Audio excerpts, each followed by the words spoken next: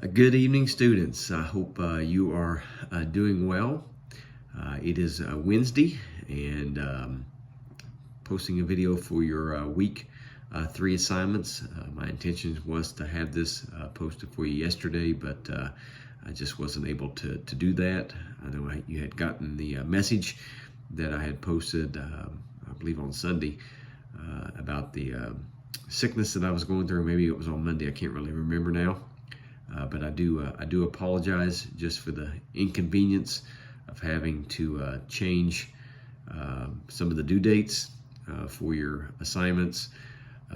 But hopefully you were able to see those. I'm going to go over those due dates with you here in this video. But your week 1 assignments have been graded and returned to you with feedback.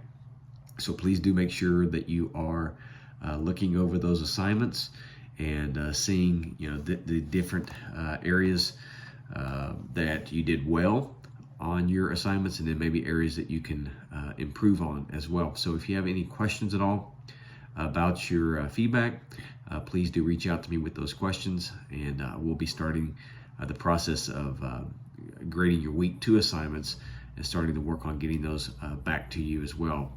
While I'm discussing that, let me just go over a couple things here with you in regards to your week 3 assignments. So your week 3 assignments went live Monday morning.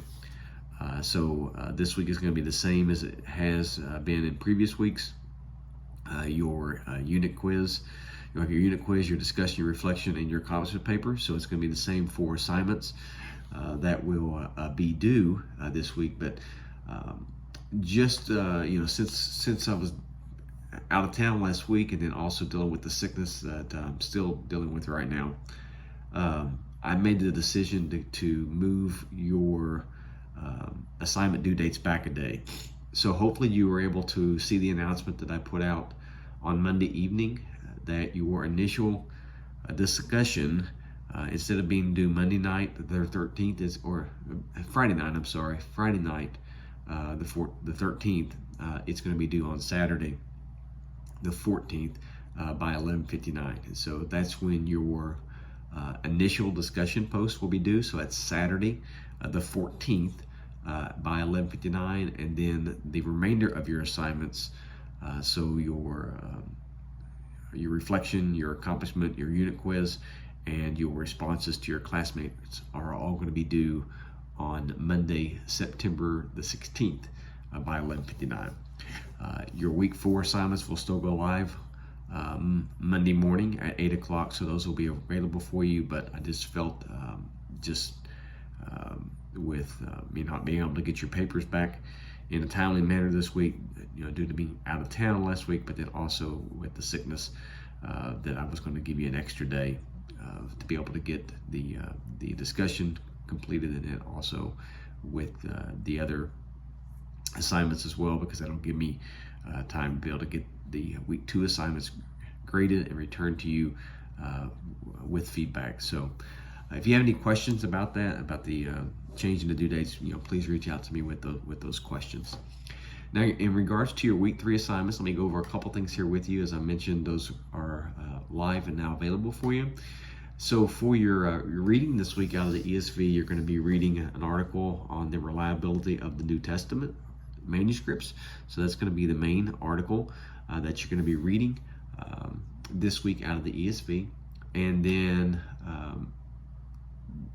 the scripture reading for this week is going to be getting into looking at the Gospel of Matthew, and then also the Gospel of Luke is going to be the prime area that you're going to be studying this week from the Gospels. And so your questions are going to be coming from those 2 books. So in regards to your questions for this week, you're going to be looking at why the resurrection of Jesus is important, and that's going to be coming from the Gospel of Luke.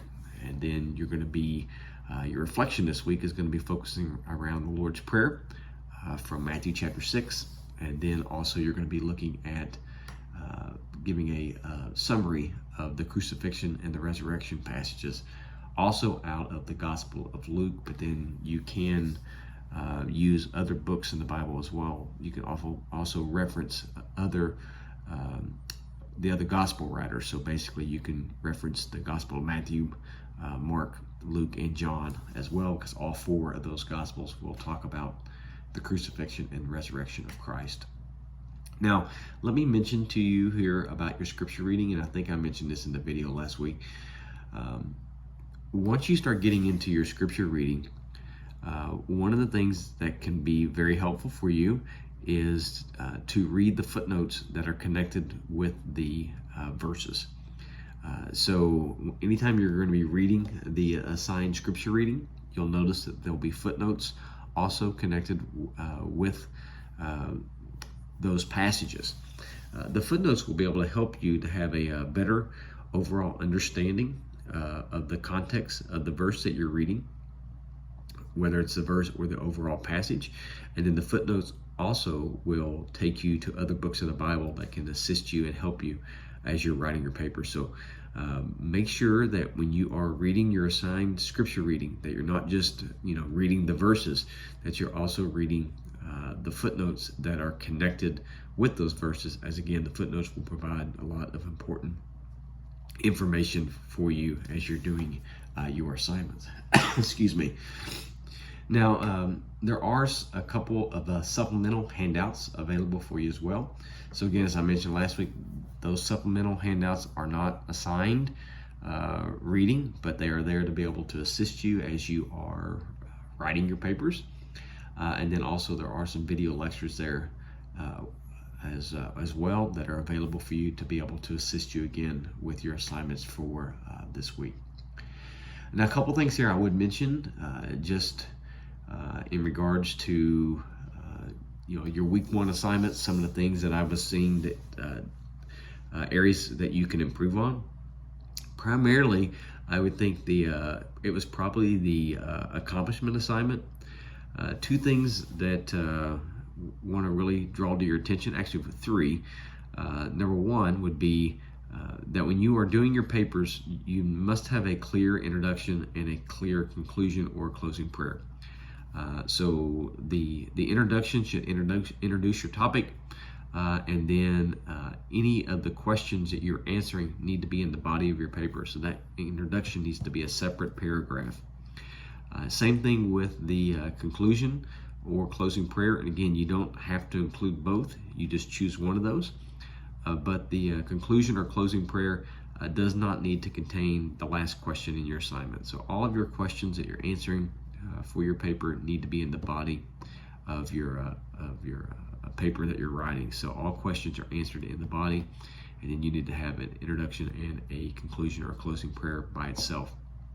The other thing would be discussion and application questions. I would recommend at least 3 challenging questions that you're putting in throughout your paper. And again, that's a separate section that you're being graded on in the scoring rubric. So if you do not include discussion and application questions, you're automatically going to lose points on that section. The other thing I would mention is making sure that you're properly citing your sources. So again, the ESV is your main textbook. You still need to cite that. So if you are quoting directly from the ESV, you need to cite that in your paper using proper citation principles. So if you're citing directly, you must use quotation marks around the information that you're quoting. If you're paraphrasing, then you must use the proper ways that you would paraphrase a paragraph. So if you're paraphrasing, you need to then cite the page that you're paraphrasing from, and then the source actually in your paper connected with that sentence. So make sure that you are properly paraphrasing, or I should say citing when you're paraphrasing, and then the same thing when you are quoting directly, that you are putting quotation marks around those sources. Again, if you have questions at all about proper citation, you can go to the Start Here icon on the course homepage, and there is there's an icon in there where it talks about citing your sources, it'll take you over to another page that's there. So again, if you have questions about that, please reach out to me with those questions.